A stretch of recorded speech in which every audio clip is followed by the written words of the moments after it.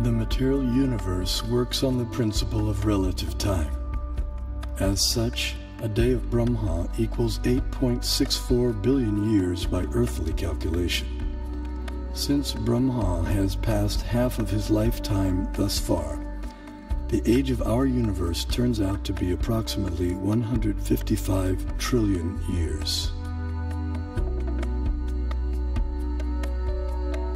After another Brahma century, he stirs, recomposes himself, and begins again to dream the great cosmic lotus dream.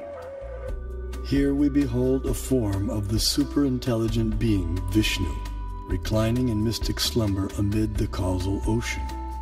When he exhales, millions of universes issue from his body and expand, until he inhales when all the universes return within him. The universe is a sphere encased by successive coverings of the elements earth, water, fire, air, ether, intelligence, and ego. As a coconut has its hard outer shell and inner liquid, so the universe has its outer coverings and an inner space half filled with ocean water. On that ocean, another Vishnu expansion reclined on a serpent bed, while being massaged by his consort Lakshmi.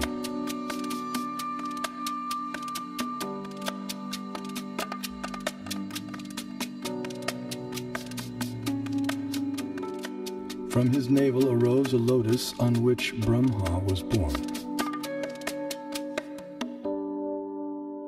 Initially, the universe was pitch dark and Brahma engaged in meditation. Then he was empowered to create the universe. This account of creation may appear fantastic to some, but modern scientific theories also require fantastic leaps of faith to explain the origin of the universe. This is evident from the words of eminent physicist Stephen Hawking. Either we have failed to see 99% of the universe, or we are wrong about how the universe began. Vedic Cosmology explains that the universe is made up of 14 vertically arranged planetary systems, or lokas. Each system resembles a galaxy and comprises stars, planets, and other celestial bodies. The topmost planetary system is Satyaloka, the abode of Brahma, which is at a height of 1.87 billion miles above Earth. Below the Satyaloka planetary system is the Tapaloka planetary system, the abode of the ascetics, which is at a height of nearly 1 billion miles above the Earth. Here the ascetics live in a solitary, serene environment conducive for yoga and meditation on transcendence. Their disciplined life of joyous austerity prepares them for returning back to the non-material world.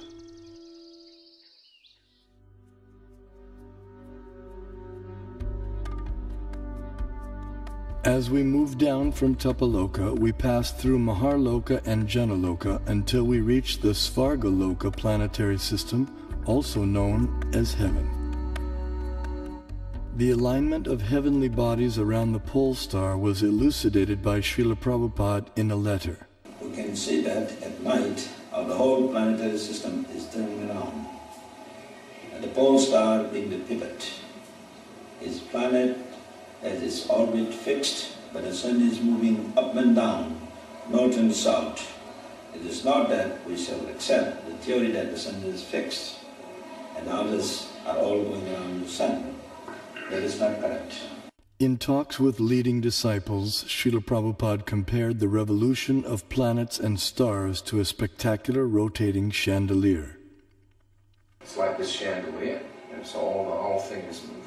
Then he developed this idea of the temple of the Vedic planetarium, and how he'd always go like this, dome, dome. He'd hold his hand like that. And he'd say, and then from the center of the dome, a chandelier, which shows the planets according to the Vedic version. Some spectacular kind of chandelier. This planet is a star. Is rotating from east to west. And it It is hanging like the chandelier, taking shelter of the pole star. That we can see every night. That the pole star or the North Star remains fixed and does not orbit in the sky is well known to astronomers and sailors alike. Less known is the fact that the pole star rotates powerfully on its own axis. The ancient Vedic text called Matsya Purana explains, "The planets and stars are all attached to the pole star by invisible astral cords of wind called pravaha. The revolution of the pole star causes the orbital motion of other planets and stars." Through meditation, yogic astronomers visualize the planets and stars as different parts of the body of Shishumar, the transcendental dolphin. The pole star, the topmost of the heavenly planets, is like the capital of the middle universe. Here, the third form of Vishnu resides on an ocean of milk. In times of universal disturbances, the demigods headed by Brahma come here to appeal for help. The pole star is also the abode of Dhruva, a pure and exalted devotee of the Lord.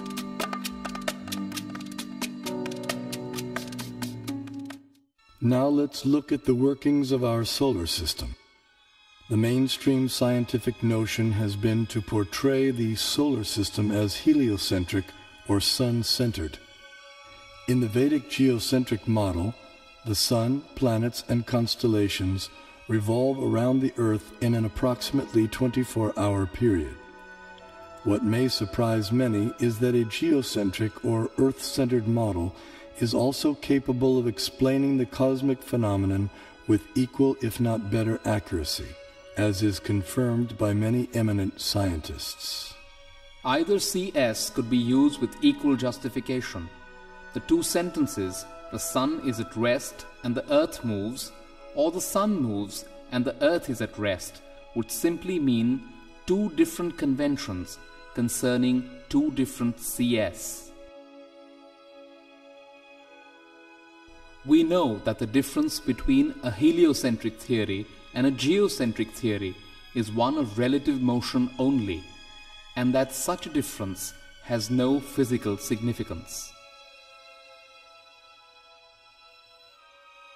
Obviously, it matters little if we think of the Earth as turning about on its axis, or if we view it at rest while the fixed stars revolve around it.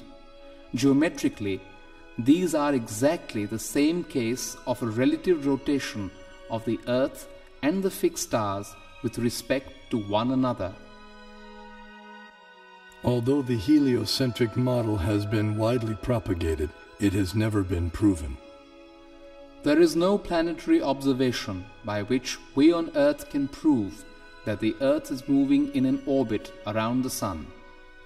Mathematically, there is nothing wrong in this system because we are observing from the Earth and it is the relative motion that really matters.